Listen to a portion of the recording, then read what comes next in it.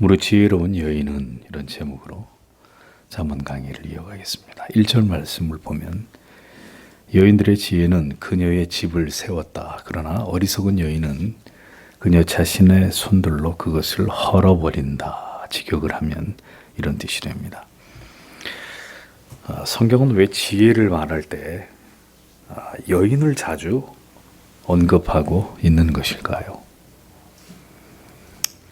그것은 가정을 세워나가는 일에 무엇보다 필요한 것이 아내들의 지혜이기 때문입니다. 그러하게 잠언 19장 14절은 집과 재물은 조상에게서 상속하거니와 슬기로운 아내는 여호와께로서 말미암느니라, 이렇게 말씀하신 것을 볼 수 있습니다.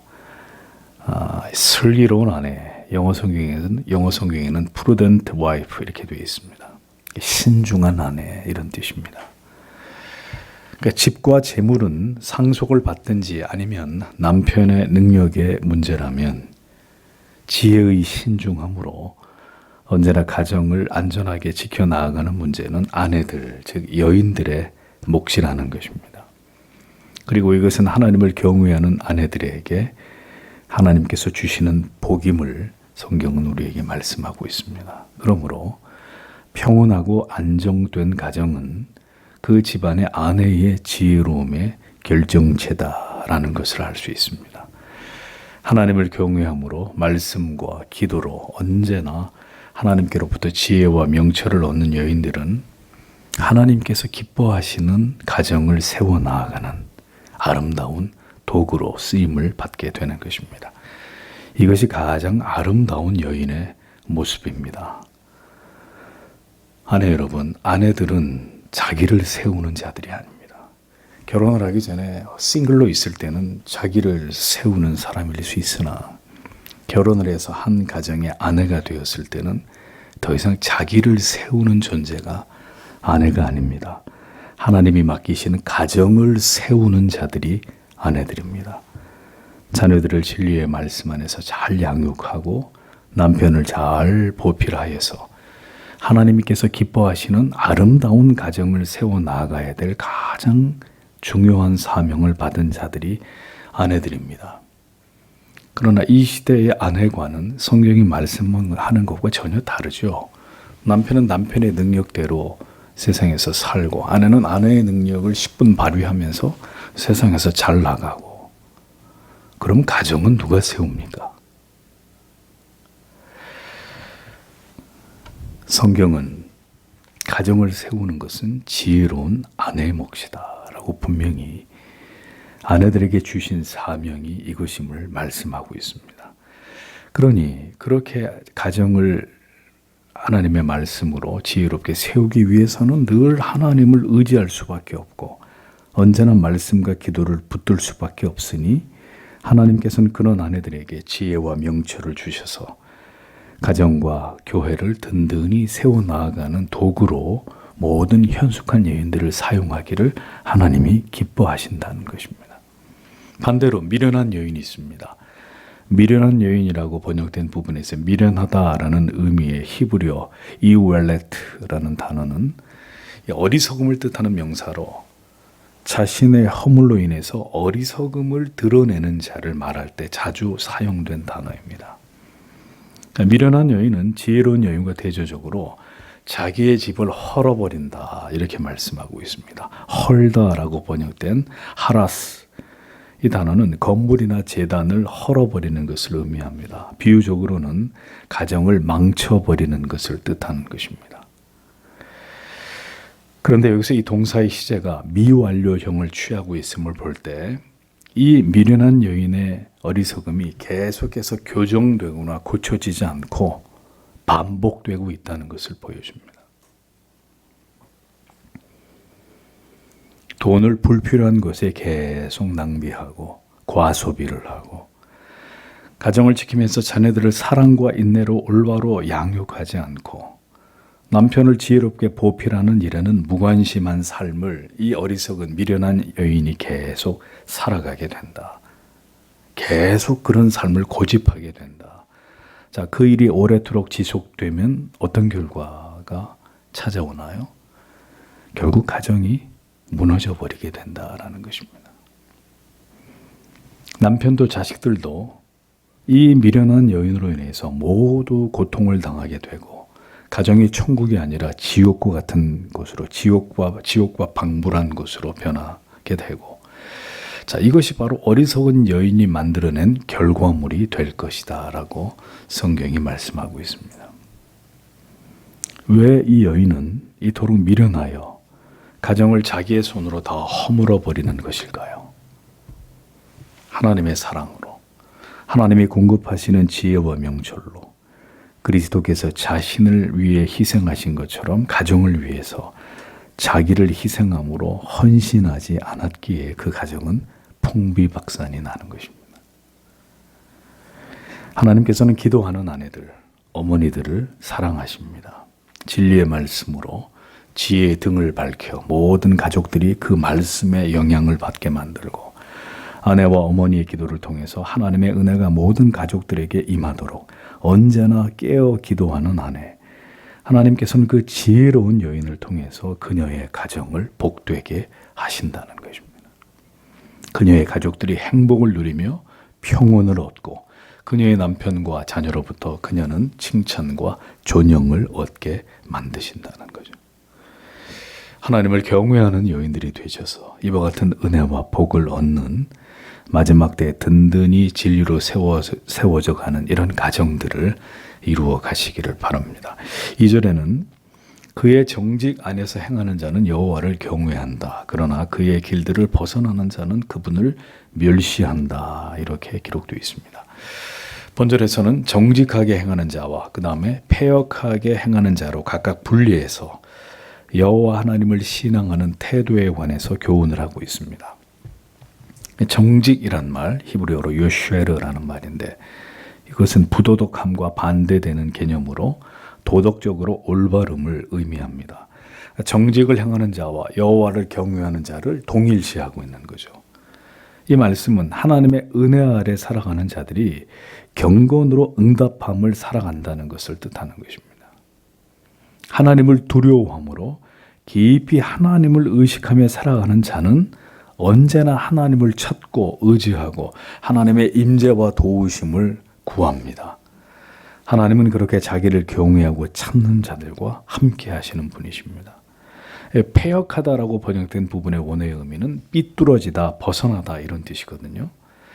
하나님께서 말씀하신 올바른 길에서 삐뚤어진 신앙에서 벗어난 행위를 가리킵니다. 그러니까 패역하게 행하는 자와 여호와를 경멸히 여기는 자를 역시 동일시하고 있죠.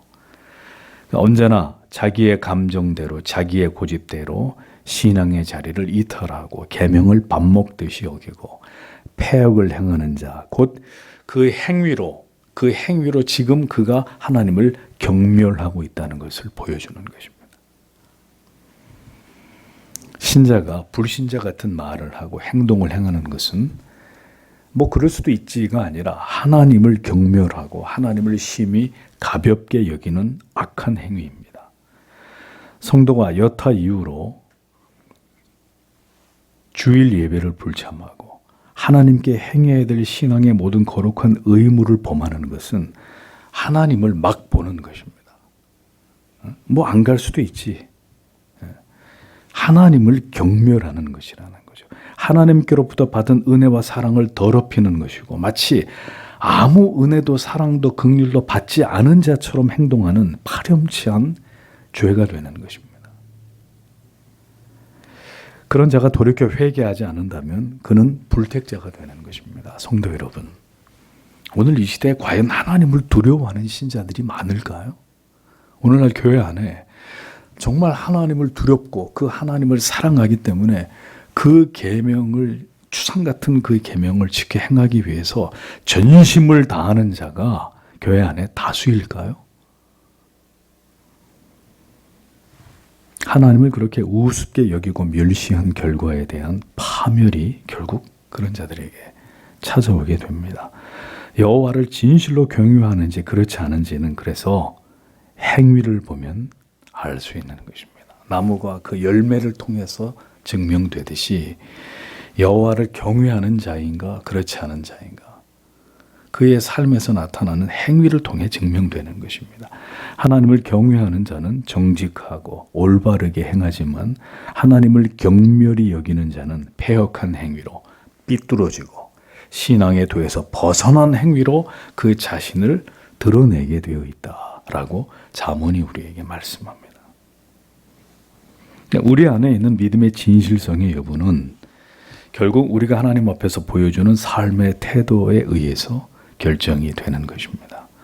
경건한 성도가 지극히 이기적이고 강팍한 말과 행위를 감정을 드러낼 수 없듯이 하나님을 경외하지 않는 자가 전심으로 하나님을 찾고 그 도에 복종하는 일은 일어날 수 없는 일이라는 겁니다. 우리의 행위로서 우리의 믿음이 증명될 뿐입니다. 그래서 열매를 보면 그가 누군지 알 수 있습니다. 하나님의 택하심을 입은 회심한 성도인지 여전히 자기 자신을 섬기고 있는 회심하지 않은 자인지가 구별되는 것입니다. 진실한 신앙만이, 성도 여러분, 진실한 신앙만이 삶을 지배하게 되어 있습니다. 양심에서 들려오는 소리와 성경을 보고 들을 때마다 깊이 와서 박히는 하나님의 음성을 듣고 순복하고 뜻을 돌이켜서 그의 삶을 교정하고 그의 태도를 고쳐서 하나님 앞에 한없이 겸비한 모습으로 서게 되는 것입니다. 그 사람이 하나님의 사람이에요. 우리의 열매를 통해 우리가 누구인지를 증명하고 그 행위를 통해서 하나님께 영광을 돌리는 그런 모든 하나님의 사람들이 되시기를 바랍니다. 3절을 보겠습니다. 미련한 자의 입 안에 거만함의 회초리가 있다. 그러나 지혜로운 자들의 입술들은 그들을 보호한다. 이렇게 기록이 되어 있습니다. 본절은 미련한 자와 자기를 높이는 교만한 자의 입에서 나온 말이 어떤 결과를 초래하게 되는지를 교훈하고 있는데, 본절은 미련한 자와 교만한 자를 또 동일시하고 있습니다. 미련한 자는 분별력이 결여되어서 언제나 그가 있는 곳에서 다툼과 갈등을 일으키는 자로 성경은 말씀하고 있습니다. 미련한 자의 특징은 말을 항상 적게 하는 지혜로운 자와 달리 훈계와 가르침을 멸시하고 언제나 교만하고 거만함을 항상 그의 말과 행동을 통해 드러내는 것입니다. 잠언 29장 23절은 사람이 교만하면 낮아지게 되겠고 마음이 겸손하면 영예를 얻으리라 이렇게 말씀하고 있습니다. 교만한 자는 배우려고 하지 않고 언제나 자기는 다 안다고 생각하고 가르치려고 하는 사람들입니다. 자신은 당신들은 다 모르고 나는 모든 걸 다 알고 있어. 언제나 자기를 높이고 다른 사람들을 멸시합니다. 그런 자를 성경은 매를 자청하는 자이다 라고 얘기합니다. 매는 호테르라고 회초리를 가리킵니다. 그러니까 교만한 자에게 뭐가 임하느냐, 하나님의 따가운 징계가, 하나님의 회초리가 그를 향하게 된다라는 거예요. 말씀이 자꾸 회초리가 되어서 여러분들의 영혼을 친다면 성도 여러분 부디 깨닫기를 바랍니다. 전 날 들으라고 하는 얘기다. 목사가 지금 이런 어린아이 같은 반응을 보이지 마시고 하나님이 지금 거듭 나에게 돌이키라고 말씀하시는 것이로구나 이렇게 여기고 부디 어리석음에서 벗어나서 다시 은혜의 볕이 드는 곳으로 나아가십시오. 사랑하는 자에게 매를 드시는 하나님이십니다. 돌이켜 더 풍성한 사랑과 은혜를 우리에게 주시기 위해서 우리를 오늘도 교정하시고 훈계하시고 책망하시는 하나님이십니다. 부디 깨닫는 은혜가 우리 모두에게 있기를 원합니다. 미련한 자, 교만한 자는 그 입으로 회초리를 자청한다. 반면 지혜로운 자의 입술은 스스로를 보존하게 된다. 이렇게 말씀합니다. 스스로 보존하느니라, 보존하다라는 동사가 미완료형입니다. 그러니까 지혜로운 자의 그 안전한 상태가 계속 지속된다는 거예요. 왜요? 지혜로운 입술을 가진 자이기 때문에. 지혜로운 자의 입은 미련한 자의 입과 달리 무겁습니다. 필요한 말과 필요하지 않은 말을 잘 분별합니다. 덕을 세우는 말과 분열과 갈등을 촉발하는 말을 깨닫습니다. 그러므로 굳이 하지 않아도 될 말을 하지 않습니다. 깊은 생각 속에서 길러낸 말을 전하게 되므로 자기를 보호합니다. 말로서 일어날 수 있는 모든 낭패들로부터 스스로를 지키는 거예요. 왜? 말이 지혜로우니까, 말이 무거우니까. 그러므로 성도 여러분, 부디 말을 아끼십시오. 그것이 여러분 자신을 안전하게 지키는 길입니다. 어떤 갈등이나 어려움으로부터 벗어날 수 있는 첩경입니다. 말을 적게 해서 실수하는 법은 없습니다. 말이 많을 때 실언을 하게 됩니다. 생각보다 더 빠른 말들이 언제나 문제를 일으킵니다. 자신을 스스로 어렵게 만드는 일들을 자초하게 된다. 그래서 지혜로운 자는 지혜로운 입술을 가졌기 때문에 자기 자신을 늘 평온하게 잘 보존하는 거예요. 이어서 4절을 보겠습니다. 소들이 없는 외양간은 깨끗하다. 그러나 소의 힘으로 풍부한 소산들을 얻는다.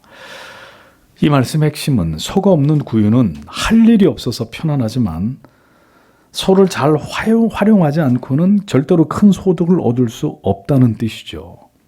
자, 소가 없으면 소를 돌볼 일도 없고 사료를 사는데 비용이 지출되지도 않습니다. 아니, 소가 없는데 뭘 할 일이 있어요? 소에게 돈 쓸 일이 뭐가 있겠어요? 그러면 소를 통해서 농사를 지어야 되고 여러 유용한 일에 사용해서 다른 소득들을 창출해야 되는데 그것도 기대할 수 없는 겁니다.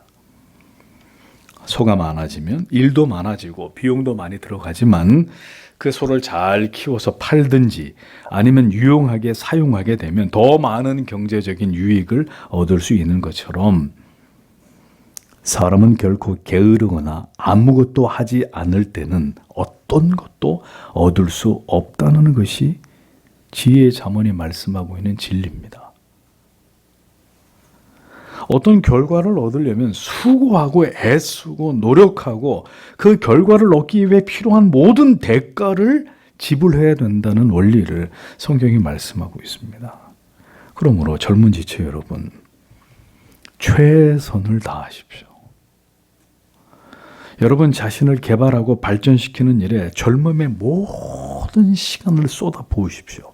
하나님을 경외하고 그 도를 알아가는 데 필요한 시간 외에는 지체들과 영적인 교제를 나누는 시간 외에는 잠을 줄여서라도 하나님이 여러분들에게 주신 재능과 시간을 활용해서 하나님 사랑과 지체 사랑을 실현할 수 있는 직업을 가지고 성실하게 자기 인생을 살아가는 자들이 되어야 합니다. 아니, 소가 있어야 그 소를 통해서 얻는 게 있죠. 소를 치느냐라고 힘도 들고 먹이도 줘야 되는 어려움이 있지만 그 소를 잘 키워서 활용하면 몇 갑절 되는 이익을 얻게 되지 않습니까?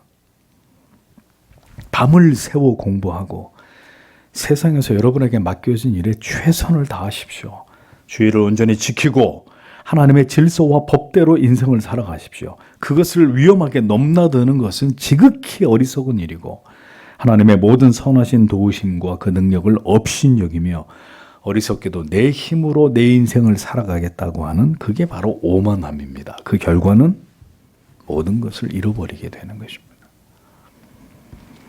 최선을 다한 자에게 그가 그렇게 수고한 지성의 헌신을 통해 그 모든 수고와 노력으로 결국 많은 것을 얻게 해 주시는 하나님이십니다. 아무것도 하지 않는데 뭘 기대할 수 있습니까? 텅 빈 외양간 같은 여러분의 무능으로, 무지와 게으름으로는 하나님이 여러분들에게 허락하고자 하시는 그 무엇도 얻을 수 없다는 것을 반드시 기억하십시오. 5절을 보겠습니다. 신실함들의 증인은 거짓말하지 않는다. 그러나 거짓된 증인은 거짓말들을 내뿜는다. 이렇게 기록이 되어 있습니다. 신실한 증인과 거짓된 증인이 대조를 이루고 있습니다. 신실한이라고 번역된 원문의 의미는 충실함들, 신실함들 이런 뜻입니다. 그러니까 신실한 증인은 거짓말을 하지 않는다라고 했습니다. 정확한 번역은 그는 결코 거짓말을 하지 않는다 이런 뜻입니다. 신실한 증인이 왜 거짓말을 하지 않을까요? 하나님은 거짓을 싫어하시고 언제나 하나님은 진실하시고 정직하신, 신실하신 분이기 때문입니다. 참된 신자는 하나님 앞에서의 명예로움을 중요하게 생각합니다. 신실함이 자기의 삶의 지표가 되게 합니다. 왜? 그는 언제나 하나님을 의식하면서 살아가기 때문이죠. 작은 거짓말이라도 그것이 하나님 앞에서 수치스럽고 부끄러운 것이라는 것을 알기 때문입니다. 사람들은 속아 넘어가고 진실을 말하는지 거짓을 말하는지 모릅니다. 근데 내 양심이 하나님 앞에 불명예스럽다고 생각하는 거예요. 거짓을 밥 먹듯이 하면. 그러나 거짓된 자는 어떻게 해요? 밥 먹듯이 거짓을 내뱉습니다. 그는 신자됨의 명예라고는 도무지 모르는 자입니다. 하나님을 의식하지 않는 자라는 뜻입니다. 언제나 속이고 숨기고 거짓말하는 것으로 모든 상황을 자신에게 유리하게 만듭니다. 왜 그럴까요? 그에게는 하나님이 없기 때문입니다. 하나님을 경외하는 자와 하나님을 멸시하는 자, 그가 진실된 자인지 입만 열면 거짓을 말하고 속이고 숨기는 자인지 바로 그의 삶이 그가 누구인지를 증명해 줍니다. 신자는 자기에게 쉬운 길을, 편안한 방법을 찾는 자가 아닙니다. 쉽고 편안한 길을 찾으려니까 수단 방법 가리지 않고 모든 것을 속이고 숨기고 감추고 그렇게 하는 거죠. 하나님 보시기에 선하고 의롭고 명예로우며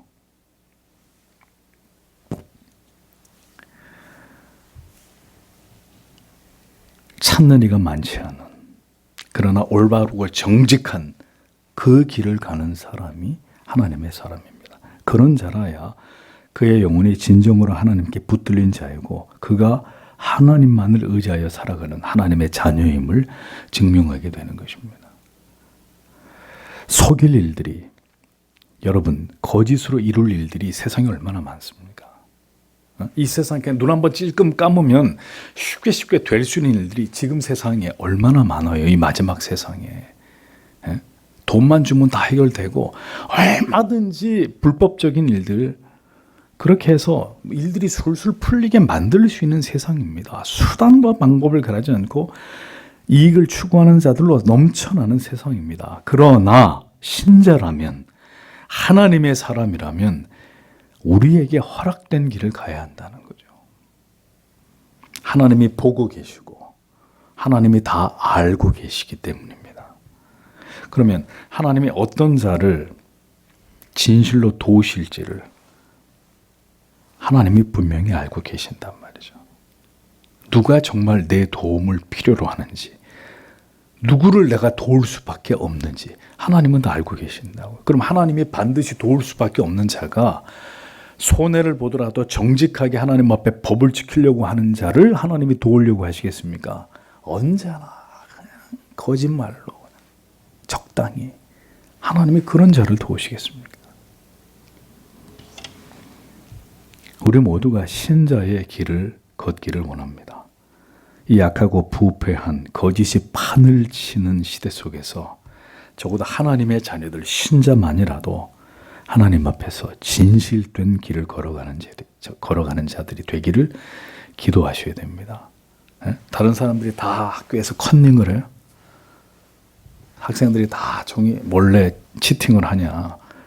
그럼 그리스도인들도 그렇게 해서 학점을 따야 되느냐. 하나님이 보고 계시는데.